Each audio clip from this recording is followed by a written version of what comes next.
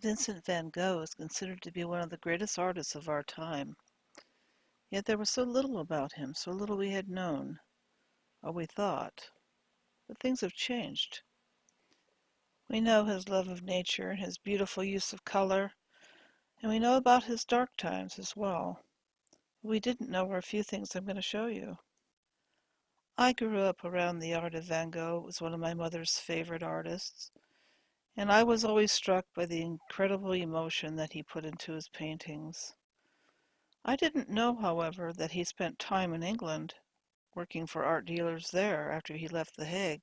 He'd been transferred, and I had no idea this had happened. I didn't know he'd ever been in England for any period of time.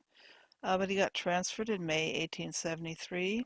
He stayed in a boarding house where there was a lovely young lady that he fell in love with and was not returned. This was the beginning of his noted Depression era type places in his life. He was considered one of the most prolific self-portrait artists of his time, having painted over 30 of them. Many I do not remember. Look so strange to me. Well, let me just show you.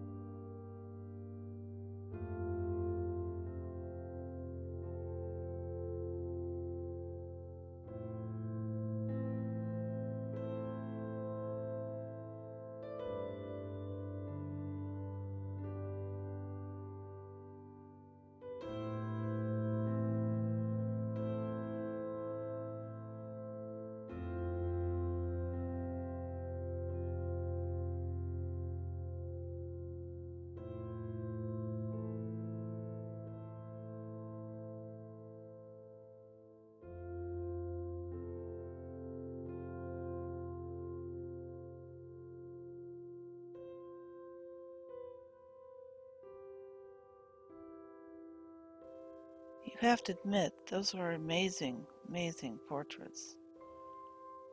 And all through the years he did these, one after the other. But we don't know the whole story because there were only a few that I remember. There's possibly 38 of them now. How can that be? That's not the end of the story. A well-known painter painted his portrait, which was his favorite. and was to be cared for well after his death. Let me show you that.